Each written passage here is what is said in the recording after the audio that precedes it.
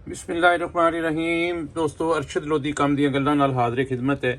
ਮੈਂ ਅੱਜ ਤੁਹਾਨੂੰ ਨਾਲ ਸ਼ੇਅਰ ਕਰ ਰਿਹਾ ਕਿ ਇੱਕ ਦੋਸਤ ਮੇਰੇ ਕੋਲ ਅੱਜ ਆਏ ਨੇ ਕਿ ਜੀ ਇਹ ਹੀਰਾ ਹੈਗਾ ਤੇ ਇਹਨੂੰ ਮੈਂ ਸੇਲ ਕਰਨਾ ਚਾਹ ਰਿਹਾ, ਤੇ ਮੈਂ ਕਿਹਾ ਮੈਂ ਵੀਡੀਓ ਬਣਾ ਕੇ ਦੋਸਤਾਂ ਨਾਲ ਸ਼ੇਅਰ ਕਰਾਂ ਕਿ ਆਇਆ ਇਹ ਵਾਕਈ ਹੀ ਹੀਰਾ ਹੈ ਜਾਂ ਕੁਝ ਹੋਰ ਹੈ, ਤੇ ਜ਼ਰਾ ਆਪਣੀ ਰਾਏ ਨਾਲ ਮੈਨੂੰ ਦੱਸੋ ਕਿ ਇਹ ਹੀਰਾ ਹੈ ਜਾਂ ਕੀ ਹੈ, क्योंकि ਇਹਦੀ चमक ਜਿਹੜੀ है वो थोड़ी बहुत नज़र आती है, लेकिन इन्नी चमक नहीं है कि जिस तरह हीरे की चमक होंगी है।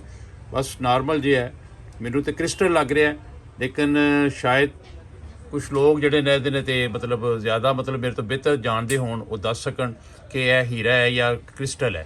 ठीक है जी, ये मतलब मेरी राय है कि मतलब ये क्रिस्टल है, ये मतलब हीरा नहीं गा।